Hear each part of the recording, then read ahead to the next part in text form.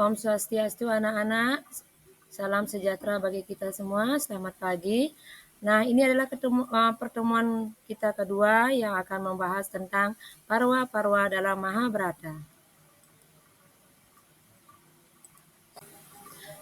Ya anak-anak, pada bab ini hal yang terpenting yang akan Ibu jelaskan adalah yang pertama, kedudukan Mahabharata dalam Weda, yang kedua, isi parwa dalam Mahabharata, yang ketiga, nilai-nilai moral dalam Mahabharata.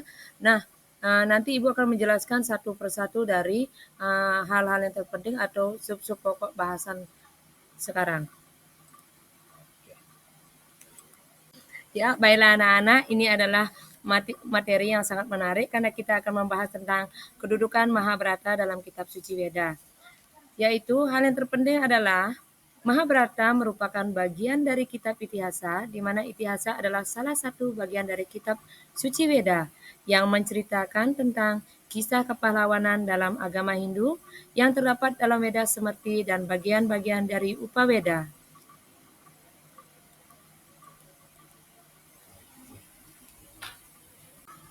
Ya, Ibu mulai dari isi-isi parwa dalam Mahabharata atau kata lainnya adalah bagian-bagian dari Astadasa Parwa. Yang pertama itu adalah Adi Parwa, di mana kisah ini menceritakan tentang masa kanak-kanak Pandawa dan Kurawa. Yang kedua adalah Sabha Parwa, di mana pada Sabha Parwa ini menceritakan tentang musyawarah dan Kurawa untuk main judi dalam kekalahan Pandawa. Yang ketiga adalah Wana Parwa, di mana Warna Parwa ini menceritakan tentang pengasingan para Pandawa 12 tahun ke hutan.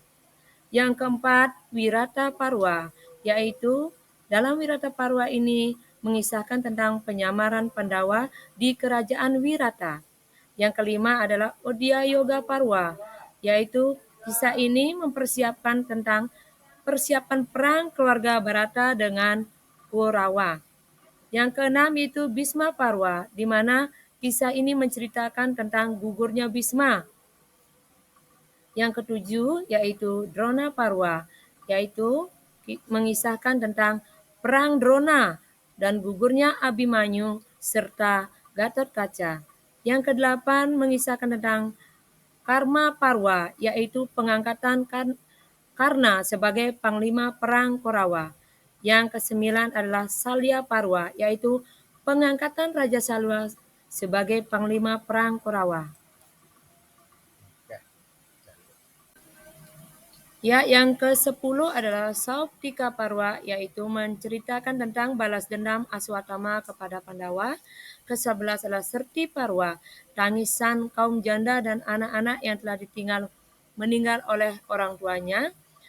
Yang ke-12 adalah Santi Parwa, perang batin Yudhistira karena gugurnya saudara-saudaranya di medan perang. Yang ke-13 yaitu Anusasa Parwa, penyerahan diri Yudhistira kepada Bhisma. Yang ke-14 adalah Aswamedha Parwa, yaitu pelaksanaan upacara Aswamedha oleh Raja Yudhistira. Yang ke-15 adalah Asrama Wasika Parwa, yaitu pengasingan Raja Drestarata, Gandhari, Kunti ke hutan untuk melakukan pertapaan dan melepaskan diri dari ikatan-ikatan duniawi. Yang ke-16 adalah Mausala Parwa, yaitu kemusnahan kerajaan Sri Krishna. Yang ke-17 adalah Prastamika Parwa, yaitu perjalanan kisah Pandawa ke Gunung Himalaya. Yang ke-18 adalah Swarga Ropa Parwa, yaitu menceritakan tentang Yudhistira sampai ke puncak Gunung Himalaya dan Pandawa masuk surga. Nah, hal yang paling menarik di sini adalah anak-anak dari kisah Astadasa Parwa. Kita bisa mengambil hal-hal yang positif, yaitu di mana kebenaran yang harus ditegakkan sesuai dengan ajaran Dharma dengan melalui perjuangan, kasih sayang, perdamaian, dan tanpa harus menyakiti satu sama lain. Dalam hal ini adalah menyakiti dalam arti tidak melakukan kecurangan dalam menegakkan ajaran Dharma. Ya, baiklah anak-anak, dari penjelasan dari Astadasa Parwa, di sana banyak sekali mengandung pemahaman yang sangat mendalam yang bisa kita petik. Apa sih yang bisa kita ambil dari cerita-cerita dari Astadasa Parwa? Bisa kita tarik beberapa kesimpulan di sana secara garis besarnya anak-anak, yaitu Nilai-nilai moral dalam Mahabharata. Nah, apa saja nilai-nilai moral yang terdapat dalam cerita Mahabharata?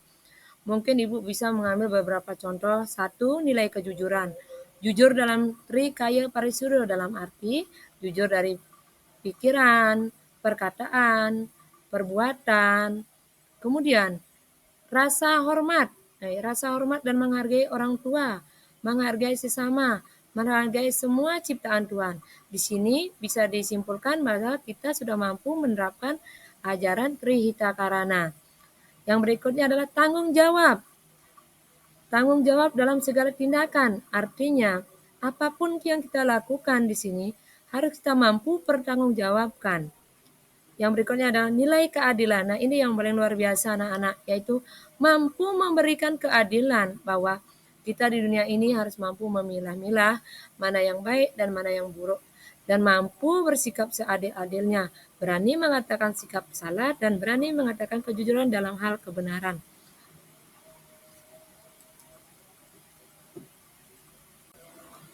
Ya anak-anak, dari penjelasan singkat dari Ibu tentang Astadasa Parwa, terus kedudukan Mahabharata dalam kitab suci Weda, terus nilai-nilai moral dalam Astadasa Parwa. Nah, sehingga Ibu di sini dapat memberikan kesimpulan anak-anak bahwa apa yang kita pahami tentang Astadasa Parwa bisa kita terapkan dalam kehidupan sehari-hari. Bukan berarti kita harus perang ya anak-anak. Artinya begini, perang dalam arti di sini adalah mari kita memerangi hal-hal yang tidak baik untuk menegakkan yang baik. Itu kesimpulan anak-anak.